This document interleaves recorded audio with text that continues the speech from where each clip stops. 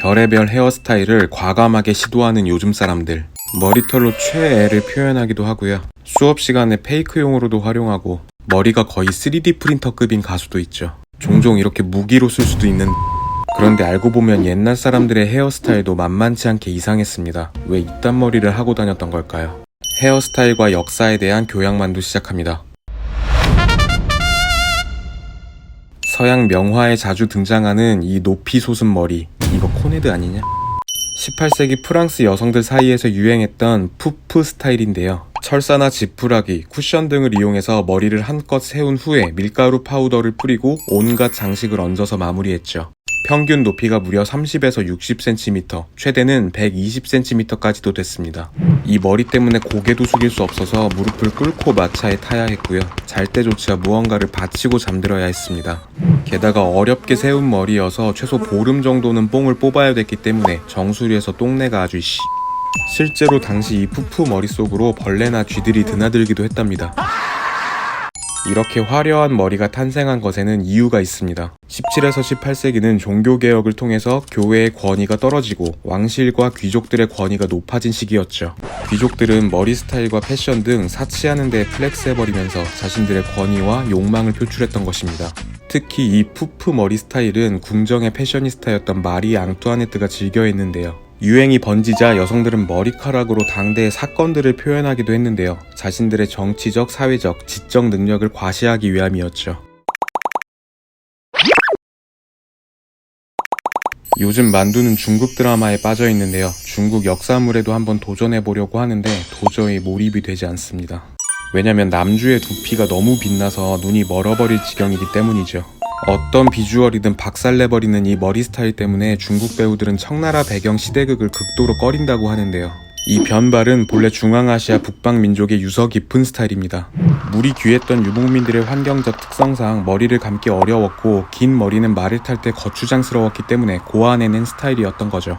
또한 투구와 갑옷을 입고 전쟁과 약탈을 자주 했던 민족이었기 때문에 머리가 쉽게 뜨거워지곤 했는데 이때 윗머리카락을 아예 밀어버려서 체온을 빨리 떨어뜨리고자 한 것이죠. 변발이 중국의 전통 스타일로 자리 잡은 건 만주족이 세운 청나라가 명나라를 정복하면서부터인데요. 1644년 청조는 전국에 변발령을 내려서 자신들의 전통 스타일을 한족들에게 강요했고 이는 대를 이어가면서 중국의 풍속으로 자리 잡게 됐습니다. 초기의 변발은 뒤통수에 동전만큼의 머리털을 남긴 후에 길러서 따는 형태였는데요. 멋을 위해서 남기는 머리를 점점 늘리다가 지금처럼 우리가 아는 뚜껑 덮는 모양이 된 거죠.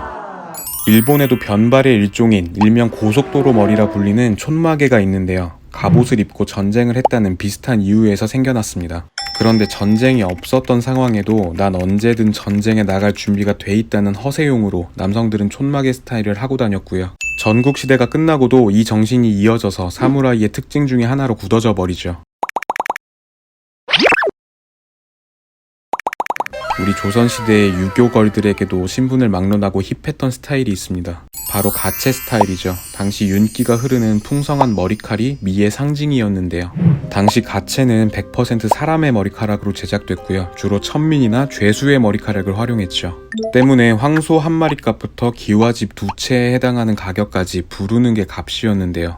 그럼에도 가채는 당시 부녀자들에게 유일한 과시수단이었기 때문에 몇몇 양반 가문에서는 가채 구입 비용으로 아빠 재산을 말아먹는 사태까지 발생하죠. 이뿐만 아니라 궁녀들이 무거운 가채 때문에 목 디스크에 시달리고 13살의 새색시가 가채의 무게 때문에 목이 부러져서 사망하는 일까지 벌어지면서 가채는 큰 사회 문제가 돼버립니다. 급기야 영조는 가채 금지령까지 내리면서 대신 족두리 사용을 장려했지만 잘 안됐습니다. 족두리에 각종 금은보화를 장식해버려서 오히려 더 큰 사회 문제가 됐기 때문이죠. 조선 후기에 와서야 쪽머리가 일반화되면서 첩지라는 장신구로 신분을 표시했습니다. 예를 들어서 중전마마는 도금을 한 용 모양의 첩지, 비빈의 경우는 봉황 모양의 첩지를 썼고요.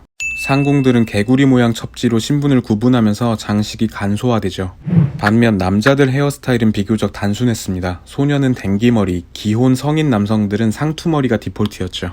이때 신체 발부 수지 부모라는 원칙 하에 머리털 한 올도 자르지 않았을 것 같지만 그러면 상투 스타일이 살지 않았기 때문에 동전만한 크기로 숱을 쳐버려서 가운데 부분이 가라앉게 만들어서 예쁜 똥머리를 완성합니다. 이것을 백호치기라고 하죠. 또한 남성들은 다양한 헤어스타일을 구사할 수 없었기 때문에 모자가 패션의 완성이었는데요. 모자를 통해서 엄격하게 신분과 지위를 구분했고 TPO에 따라서 각각 다른 모자를 썼습니다. 어느 외국인은 조선을 모자의 왕국이라고 부르기도 했죠. 예나 지금이나 멋을 위해서 불편함 따위 포기하는 멋쟁이들은 어디에나 존재했습니다. 그렇다고 여러분 멋부리려고 너무 머리 가지고 장난질 쳤다가는 멋있기는커녕 그냥 한순간에 X될 수도 있다고 하니까 조심하세요. 교양 만두였습니다.